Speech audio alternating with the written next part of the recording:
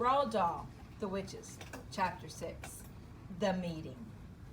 Now that the manager had gone, I was not particularly alarmed. What better than to be imprisoned in a room full of these splendid ladies? If ever I got talking to them, I might even suggest that they come and do a bit of cruelty to children preventing at my school. We could certainly use them there.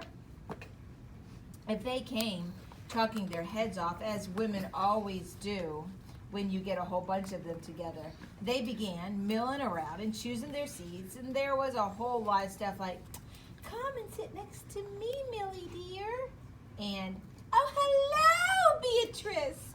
I haven't seen you since the last meeting. What an adorable dress you have on."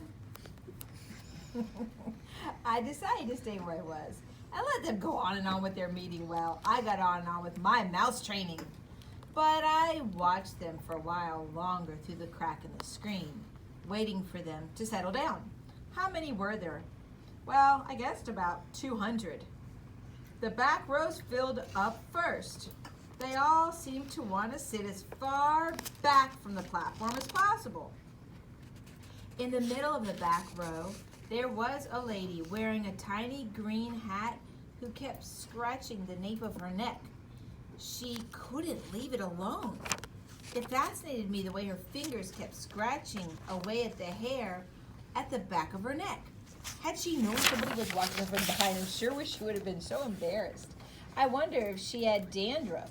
And all of a sudden, I noticed that the lady next to her was doing the same thing.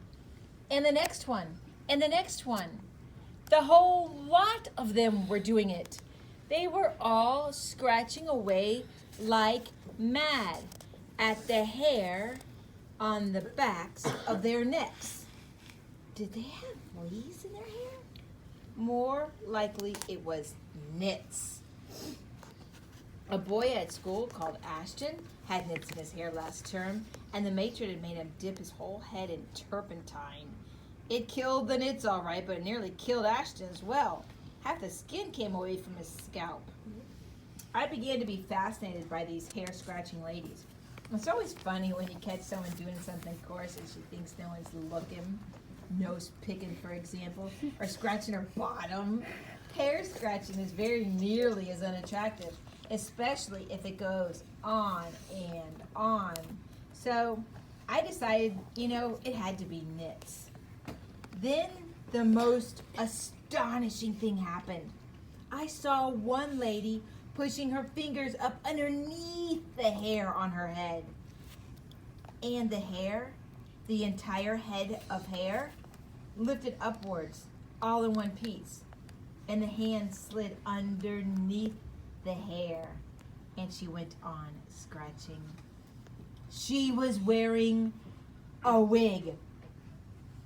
She was also wearing gloves.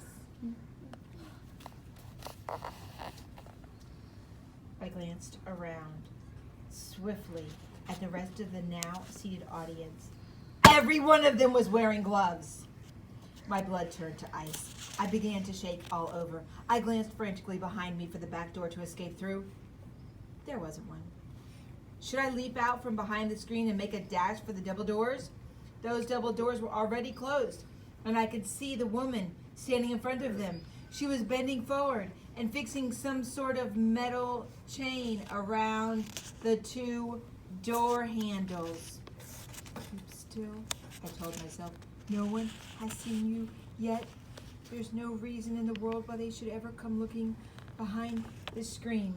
Keep still. Not one false move, not one cough, not one sneeze, one nose blow, one little sound of any sort, and it won't just be one witch that gets you. It'll be 200. At that point, I think I fainted. The whole thing was altogether too much for a small boy to cope with. But I don't believe I was out for more than a few seconds, and when I came to, I was lying on the carpet. I was still, thank heavens, behind the screen. There was absolute silence all around me. Rather shakily, I got to my knees and I peered once again through the crack in the screen.